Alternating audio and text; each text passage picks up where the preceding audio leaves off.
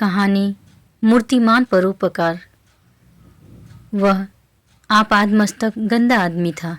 मैली धोती और फटा हुआ कुर्ता उसका परिधान था।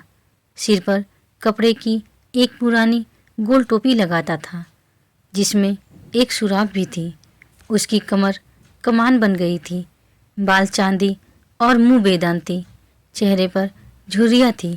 2 भूरी आंखें गहरे गड्ढों में से झांकती थी। उसके शरीर की हड्डियाँ और नसें उभरी हुई थी। कहीं कहीं मांस सिकुड़ कर लटक गया था। स्कूल के सामने वाली झोपड़ी में उसने एक छोटी सी दुकान बना रखी थी जहाँ से बच्चों को स्याही, कलम, पेंसिल, कॉपी आदि छोटी छोटी चीज़ें प्राप्त हो जाया करती थी। उसी दुकान से उसका जीवन निर्वाह होता था। सुना जाता था कि उसके पास कुछ खेती भी थी और वह एक गांव में रहता था। उससे लड़कों ने खेती छीन ली थी और उसे घर से निकाल दिया था। उसने भी कभी अच्छे दिन देखे थे। अब तो वह किसी प्रकार जीवन के दिन पूरे कर रहा था। सभ्यता के नाते मैं उस गंदे और गरीब आदमी को बाबा जी कहा करता था। वास्तव में मुझे उसकी सूरत से, चाल ढाल से और उसकी बोलचाल से अत्यंत घृणा थी। हाथ में एक चीलम लिए जिसमें एक छोटा सा चिमटा बंधा रहता था। जब शाम को वह धीरे धीरे चलता हुआ मेरे पास स्कूल में आता था तब मैं अपने मन में उसे कई दर्जन गालियाँ दिया करता था। कई बार मैं ऐसी हरकतें करता जिससे वह स्कूल के चबूतरे पर बैठकर चीलम पीना और खांसना छोड़ दे। मैं नहीं चाहता था कि वह मेरे पास आया करे। जब वह आकर बैठता तब मैं उठकर अलहदा टहलने लगता था। जब वह मुझसे बातें करने लगता तब मैं कोई किताब पढ़ने लगता, मगर मेरे इस बेजारी का कोई असर उस पर नहीं पड़ता था। जहाँ शाम हुई वह चीलम लेकर आ बैठता। कभी कभी कहता, मास्टर साहब ने रोटी तो बना ली होगी। हाँ, बना ली। सब्जी क्या बनाई थी? आलू बनाए थे। थोड़ी सब्जी बची भी होगी। इस प्रकार वह रोजाना मुझसे कुछ सब्जी या दाल ले लिया करता था। फिर एक काले रुमाल में बंधे 2 बाजरे के टिक्कर निकालता और बैठकर खाने लगता।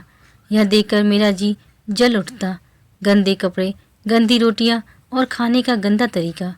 वह यह तो जानता ही न था कि सफाई क्या वस्तु होती है। उस बूढ़े ने मेरा जीवन दूभर कर डाला था। जितना खून रोजाना बनता था उससे दूना जल जाता था।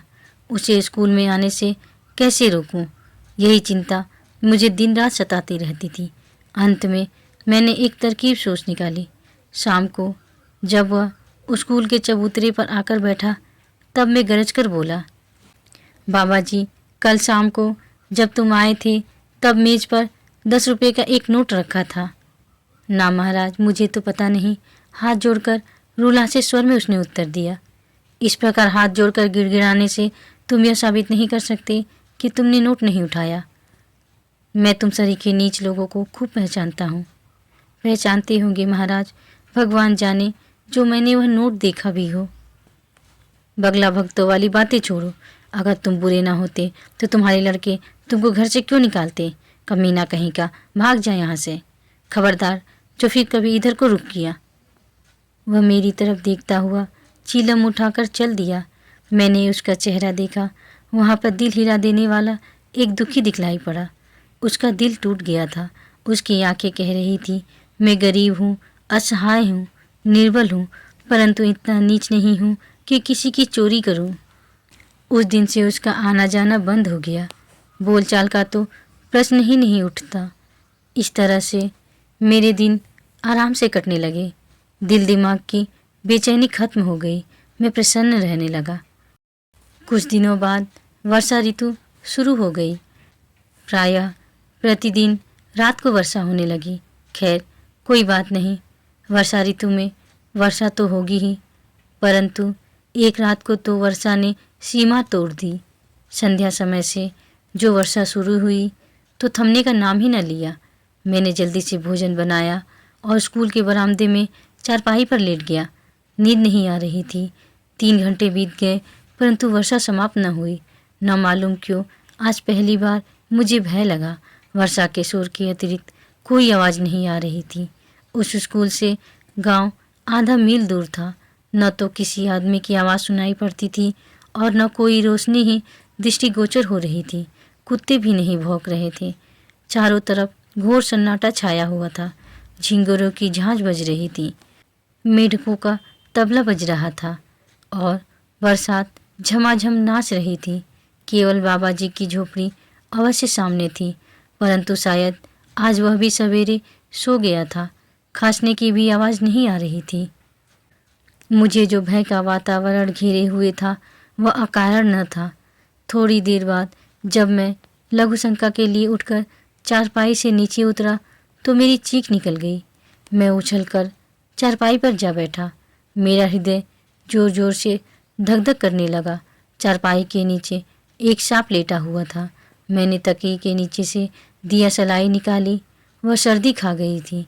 कई तीलियां रगड़ी, परंतु वह जली नहीं। लाचारी से मैंने जोर से दूसरी चीख मारी। शायद बाबा जी ने सुनी हो, परंतु वह बेचारा मेरी सहायता के लिए क्यों आने लगा? मरता क्या न करता। मैंने भगवान का नाम लिया। हिम्मत बांधकर चारपाई के सिरहाने से उतरकर कमरे में गया।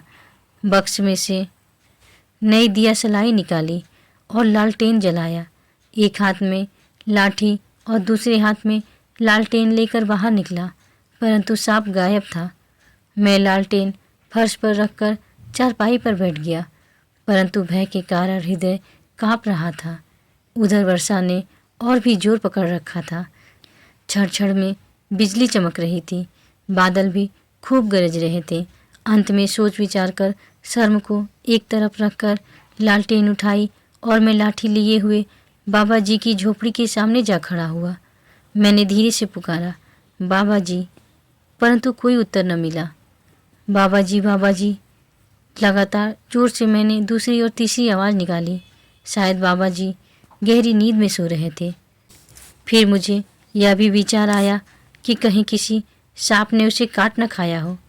चटाई पर जमीन पर सोता था बेचारा, परंतु यह असंभव था क्योंकि वह एक माना हुआ सपेरा था।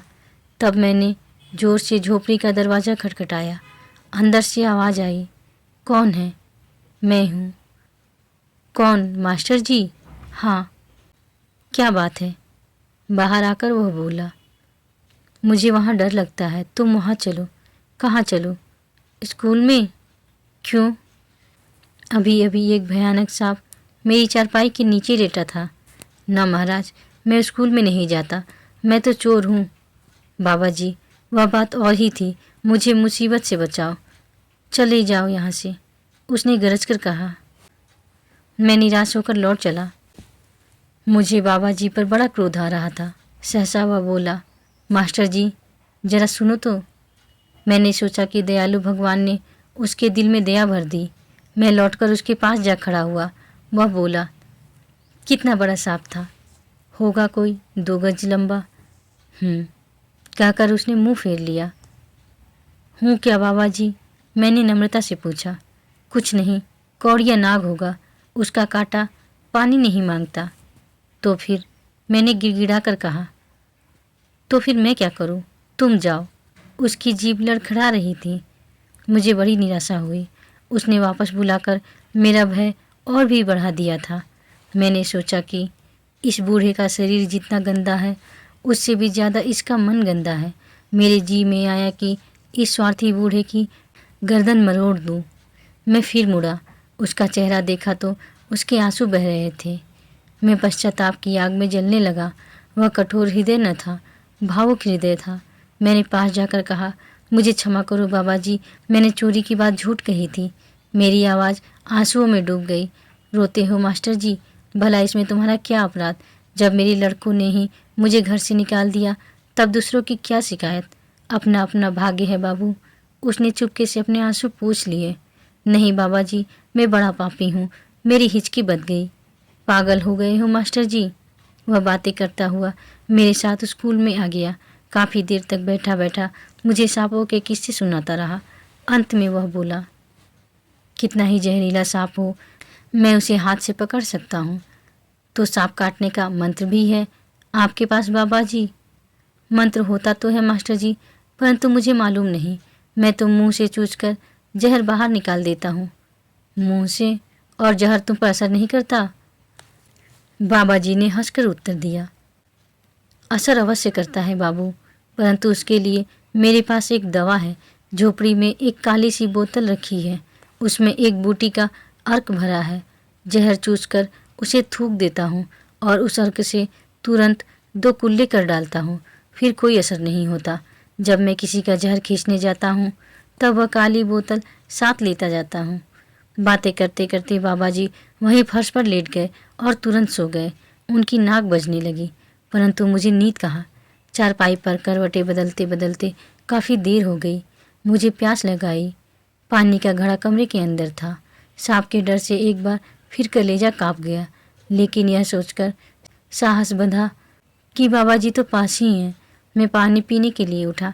चारपाई से उतरकर जूता पहना, लेकिन यह क्या, पैर पर मानो किसी ने जलता हुआ अंगारा रख दिया। उसी सांप ने कहीं से आकर मेरे पैर में जोर से डस लिया था। मेरी आत्मा ने कहा, तुमने चोरी का मिथ्या दोष लगाकर बाबा जी का दिल बेकार दुखाया था। उसका बदला महामाया ने ले लिया। दिल दुखाने की सज़ा बड़ी भयानक होती है, क्योंकि दिल में दिलदार का निवास होता है। इसके बाद मैं बेहोश हो गया। जब मैं होश में आया तो धूप फैल रही थी, आकाश साफ था। मेरे आसपास स्कूली बच्चों का और कुछ किसानों का जमाव था। स्कूल के आसपास जिनके खेत थे वे किसान लोग जमा थे। मेरा सिर घूम रहा था, निर्बलता के कारण उठा नहीं जाता था। पैर में अभी कुछ जलन हो रही थी। मैंने किसानों से पूछा, बाबा जी कहाँ हैं? बाबा जी भगवान के पास पहुँच गए, एक किसान बोला। कैसे, क्या हुआ? मैंने अचकचाकर पूछा। वही किसान कहने लगा, सुबह जब लड़के स्कूल आ रहे थे तो उनकी लाश झोपड़ी के पास पड़ी मिली। जहर से सारा शरीर नीला पड़ गया था, जीभ सूजकर बाहर निकल आई थी। मालूम होता है कि रात में आपको सांप ने काटा था। बाबा जी ने जहर खींच लिया, परंतु दवा की बोतल झोपड़ी में थी। वहाँ तक जाते जाते जहर अपना काम कर गया। बेशक मुझे सांप ने काटा था, लेकिन उनको चाहिए था कि बोतल ले आकर जहर खींच दे। मैंने कहा, तब तक आप मर भी जाते मास्टर जी। वही किसान बोला। मैं फिर बेहोश हो गया। मैंने बाबा जी की लाश जलाई। उस स्थान पर पक्का चबूतरा बनवा दिया। वहाँ एक पत्थर लगवा दिया जिस पर लिखा था, मूर्तिमान परोपकारी बाबा जी, जिनको मैंने झूठी चोरी लगाई थी, पर जिन्होंने मेरे पैर का जहर खींचकर अपने प्राण दे दिए। इसे बलिदान की पराकाष्ठा कह सकते हैं।